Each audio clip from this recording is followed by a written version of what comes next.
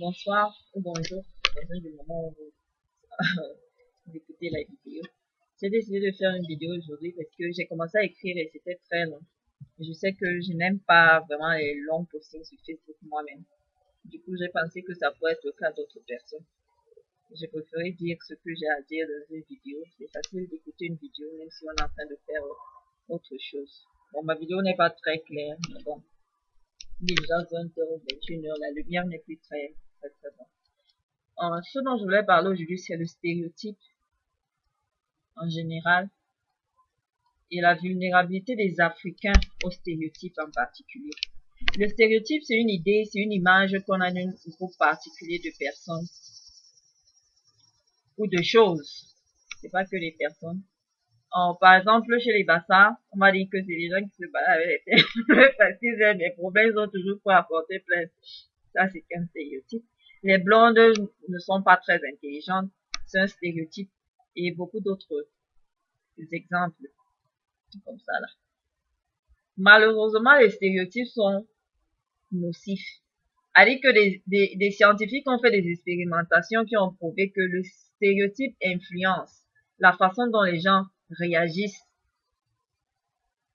la façon dont les gens se comportent. C'est-à-dire que le stéréotypé change de comportement en fonction de ce que celui qui est en face de lui pense de lui. C'est-à-dire que si, par exemple, les gens me regardent de haut parce que je suis africaine, si les gens me regardent de haut parce que le transport est beau, je suis désolée, le transport est beau, c'est que j'ai eu un épisode ici, septembre dernier, j'ai mon ami qui venait me rendre visite. Et comme il devait arriver à un moment où j'étais au travail, je dis à ma voisine que, ok, si tu vois un étranger tourner autour de ma porte, ce sera certainement mon ami va arriver quand je serai pas là. Et puis elle, elle me demande que, je suis qu'il n'est pas, il n'a pas Ebola. Mon ami, je sais pas depuis combien de temps il était même pas allé au Cameroun, parce qu'il vit en France. Mais pour elle, dans sa tête, africain, ça voulait dire Ebola. Voilà, le genre de stéréotype. Et on en rencontre comme ça des tonnes. On en vit comme ça des milliers tous les jours.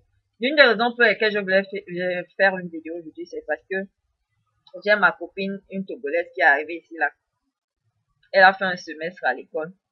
C'était vraiment le premier contact qu'elle avait avec la société américaine parce que elle vit dans une maison avec d'autres Togolais. Elle a son premier boulot, elle a travaillé dans un salon avec d'autres Togolais. C'est vrai, elle avait le contact avec des clientes américaines et peut-être d'autres origines. Mais elle n'avait pas vraiment un contact où tu es obligé de discuter, tu es obligé de machin. L'école, là, le semestre dernier, c'était vraiment son premier contact. Du coup, elle m'a dit que l'école, là, ça va d'abord un peu m'excuser parce que it's too much for me. Oui, c'est à ce point-là. Tous les jours, à tous les niveaux, on en rencontre. Bon, je ne dis pas que les Africains sont les seuls à en rencontrer, mais moi, je vais pas aller balayer la cour du voisin alors que les feuilles mortes du mangue sont pleines devant ma cour aussi. Là. Ça me fait mal au cœur combien d'Africains partent de l'Afrique avec plein de rêves dans la tête. Ce qui me tue même, c'est surtout les jeunes. Je parle surtout aux jeunes qui arrivent là. Bon, ceux qui viennent avec les visas étudiants, au moins sur le visa étudiant, les conditions, ils sont obligés d'aller à l'école faire ce qu'ils ont à faire, sinon tu deviens sans papier. Sinon tu deviens sans papier. Ceux qui arrivent avec des familles, c'est encore plus compliqué parce que c'est dur de réaliser ses rêves quand on a des enfants, quand on a surtout dans la société aussi où c'est difficile. C'est difficile. Les gens ne demandent pas qu'on dise ça. La société américaine est difficile, peut-être une des plus dures au monde. C'est difficile. Mais la vérité, c'est que c'est aussi une société où il y a plein d'opportunités. Ça, il faut le reconnaître. Maintenant, on parle de chez nous, là. L'élite. C'est l'élite qui parle de chez nous. La plupart du temps, ça, il faut reconnaître. Ce sont les intellectuels. Il y en a même encore là quand même plus grave parce que eux, ils travaillent même déjà, ils étaient déjà médecins, ils étaient avocats ou ils étaient, je ne sais pas trop quoi. On arrive ici, là.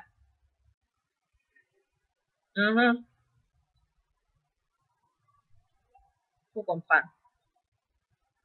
Ça me tue. Elle dit que ça me fait mal au cœur. Certains, bon, parfois quand il est arrivé, il a commencé à se battre, peut-être à chercher comment il peut réaliser ce qu'il voulait vraiment entreprendre. Mais à force de ce que les gens te regardent de haut, à force des petites remarques, des petites insinuations, Le problème, c'est aussi, c'est que les gens ne se rendent même pas toujours compte qu'ils sont en train de faire quelque chose de négatif. Il y en a même qui vont te donner des conseils avec toutes les bonnes intentions du monde. Avec toutes les bonnes intentions du monde. Le semestre dernier, pendant mes cours d'aide-soignante, il y a l'instructeur qui me dit que oh, est-ce que tu sais comment on prend les tests en anglais? C'est vrai, la façon dont ils font certains de leurs examens ici là sont différents. Ce qu'ils appellent les questions à choix multiples. Ils ont une façon dont ils le font. L'instructeur ne va même pas corriger, il va seulement mettre ça dans un appareil qui va corriger pour lui et tout sortir une note. C'est différent, il n'y a pas ça au Cameroun. Mais elle s'est pas arrêtée là. Elle m'a dit que elle a eu un étudiant africain, je vais taire le nom du pays, le semestre précédent, qui ne savait pas comment prendre ce test-là. Mais oui, moi, je suis pas arrivé du Cameroun en sachant comment le faire. Mais ce n'est qu'un bout de papier où on va te donner avec une série de lettres, avec des cercles, tu choisis. C'est-à-dire que tu regardes ton dessin, question à choix multiple. Quand tu choisis A, B, C ou D, tu vas maintenant sur le papier, là, tu trouves le numéro de la question et puis tu colories le cercle. Mais moi, ça m'a choqué pour dire que c'est quelle histoire que tu veux me faire croire que l'Africain ne pouvait pas colorier un cercle ou blaguer ou quoi. Hein? Mais j'avais pas d'argument par rapport à ça. J'ai rien dit, j'ai laissé la premier jour de classe, j'ai laissé couler.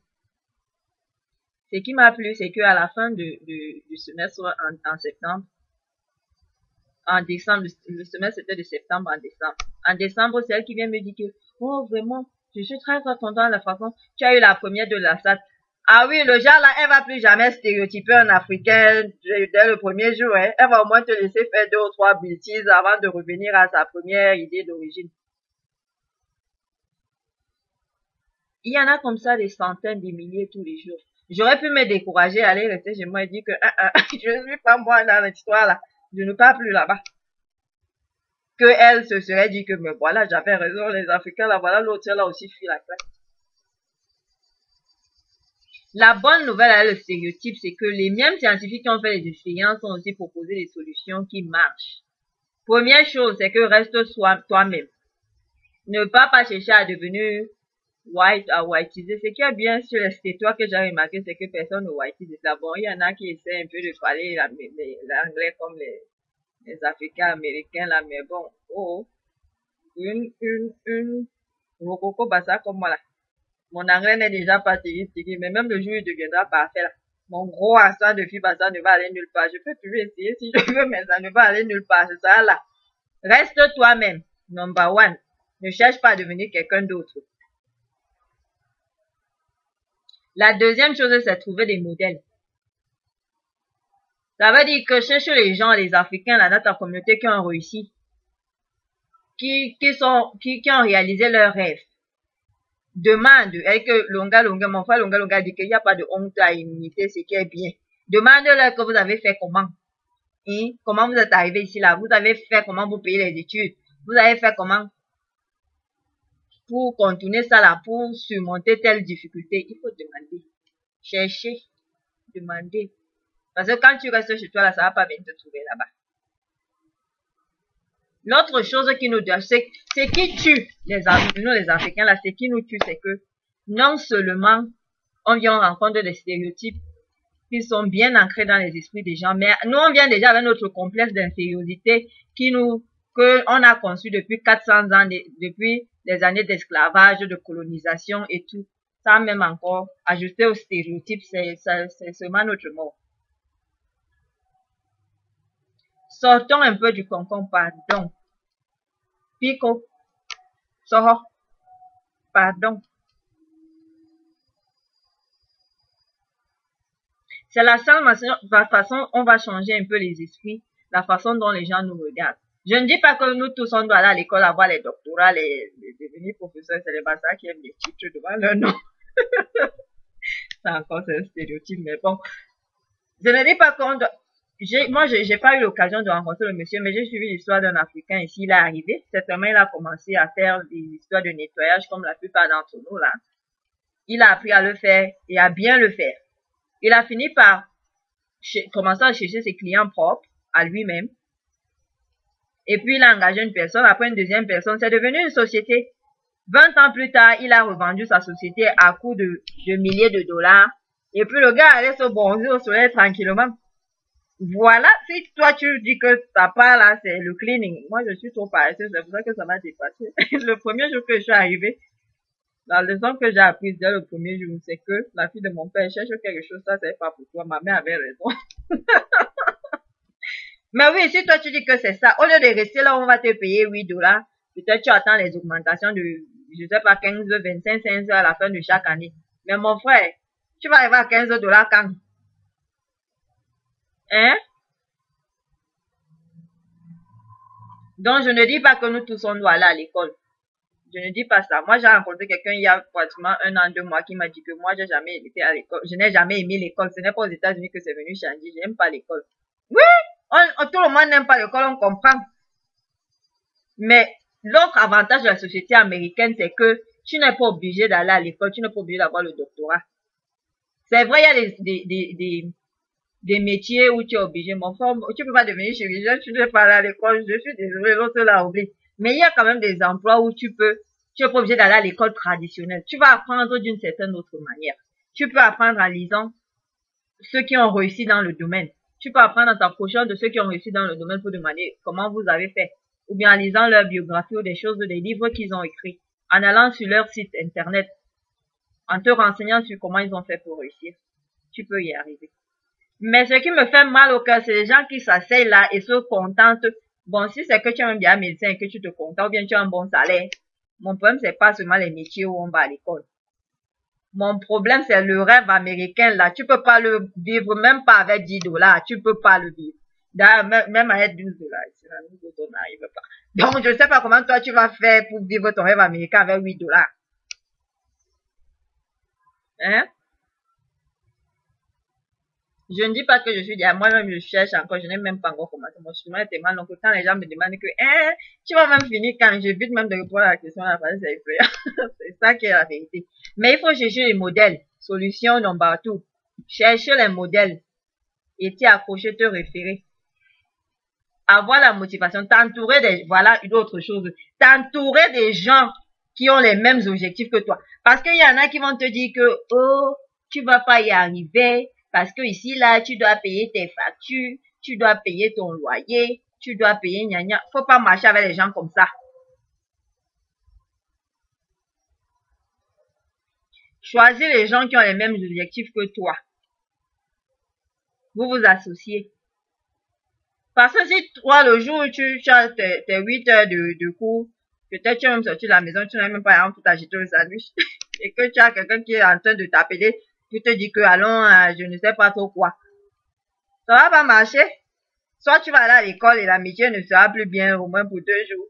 Soit tu vas aller là-bas à rejoindre ton ami et ce seront tes classes qui vont perdre. Ça, c'est un exemple. Moi, je prends l'exemple des classes parce que ma vie maintenant, c'est entre les classes et le boulot. Les autres, là, je suis pas au courant. C'est pour ça que mes exemples tournent autour de ça. Ça va pas marcher.